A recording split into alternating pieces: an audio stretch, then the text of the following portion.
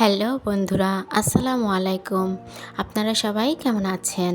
আশা করছি আল্লাহর রহমতে ভালো আছেন। আমরাও ভালো আছি আলহামদুলিল্লাহ।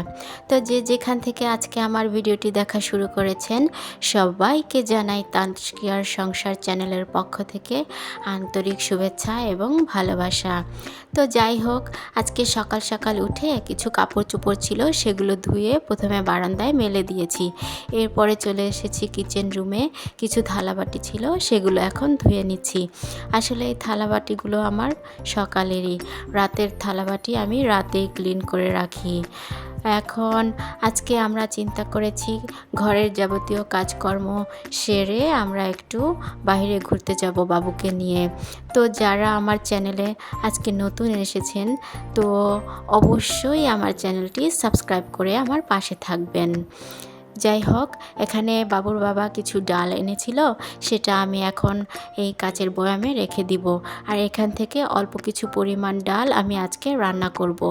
আর কিছু লাল শাক এনেছে, সেটা আমি এখন বেছে ভালো করে সেখান থেকে কিছু শাকও আমি রান্না করব। তো হঠাৎ করে বাবুর বড় খালু আমাদের বাসায় এসেছে। আসলে খালু একটু অসুস্থ, তাই ডক্টর দেখাতে এসেছে। তাই চিন্তা করেছি কিছু অল্প একটু মুরগির মাংস রান্না করব। বাবুর বাবা গতকালকে দুটো মুরগি এনেছিল, সেটা আমি ফ্রিজেই রেখে দিয়েছিলাম।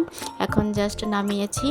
তো সেটা আমি এখন ভালো করে ক্লিন করে কেটে ধুয়ে তারপরে আমি এখান থেকে রান্না করব এবং বেশ কিছু পরিমাণ রেখে দিব।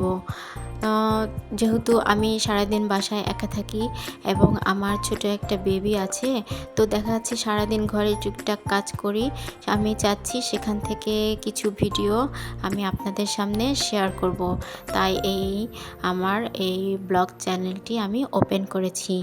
আপনারা অবশ্যই আমাকে সাপোর্ট করবেন। তো আমরা চিন্তা করেছি আজকে বাবুকে নিয়ে একটু চিড়িয়াখানায় ঘুরতে যাব।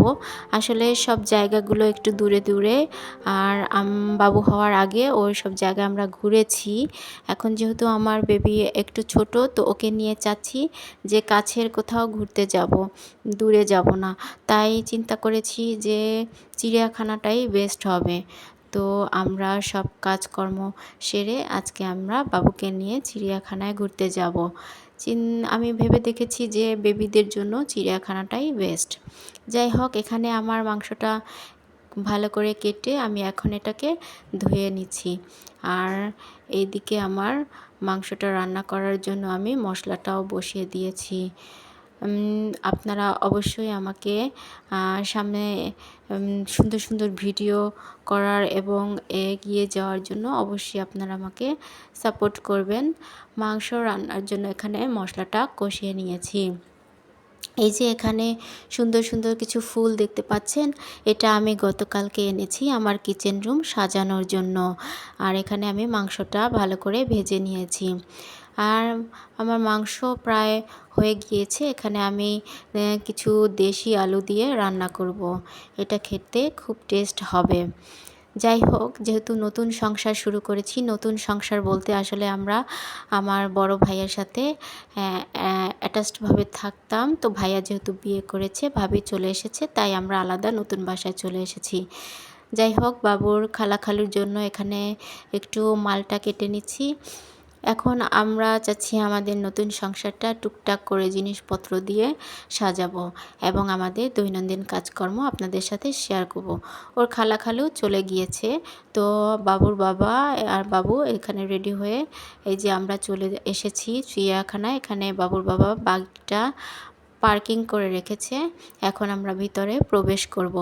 আসলে চিড়িয়াখানার ভেতরে তেমন ভালো খাবার বা আমি চিন্তা করে দেখেছি যে হকারদের খাবার না খাওয়াই ভালো। এজন্য আমরা বাহির থেকে কিছু চিপস, কেক, কোল্ড ড্রিঙ্কস এবং বিস্কিট নিয়ে আমরা ভেতরে প্রবেশ করেছি। আসলে বাচ্চাদের জন্য এটা ঘোরার খুব ভালো জায়গা। আমার বেবি এখনও ছোট, ও এখনও এগুলা কিছু বোঝে না। তারপরও চিন্তা করেছি যে সারাদিন বাসায় থাকতে থাকতে বোরিং হয়ে যায়, তাই একটু বাহিরের আবহাওয়া বা বাহিরে খোলামেলা জায়গায় নিয়ে আসলে ওর মনটা ফ্রেশ হবে। যাই হোক, আমরা বাঘ, সিংহ এবং এরপরে ময়ূর চলে সব এসেছি কিছু আমরা দেখে নিয়েছি। গন্ডারের কাছে। গন্ডারও দেখে নিলাম। যাই হোক, এরপরে চলে এসেছি কুমির। এখানে এমন কিছু নাই যে প্রাণী দেখা যায় না। এরপরে আমরা কিছু ঝালমুড়ি খেয়ে নিলাম। এই মামার ঝালমুড়িটা খেতে খুবই মজা হয়েছে। এরপরে ময়ূরের খাঁচার সামনে চলে এসেছি, ময়ূরও দেখে নিয়েছি। যাই হোক, আপনারা যারা ঢাকা মিরপুর চিড়িয়াখানায় আসেননি অবশ্যই ফ্যামিলি নিয়ে এখান থেকে ঘুরে যাবেন। এখানে ঘুরলে আপনার মন অবশ্যই ফ্রেশ হয়ে যাবে।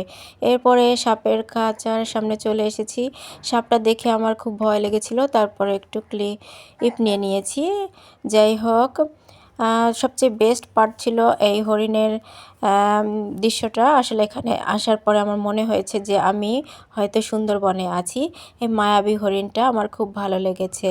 তো আমরা দেখতে দেখতে আমাদের ঘোরা শেষ হয়ে গিয়েছে। আমরা বের হয়ে চলে এসেছি এবং আসার সময় বাসায় কাচ্চি নিয়ে এসেছি। আপনারা সবাই ভালো থাকবেন। আল্লাহ।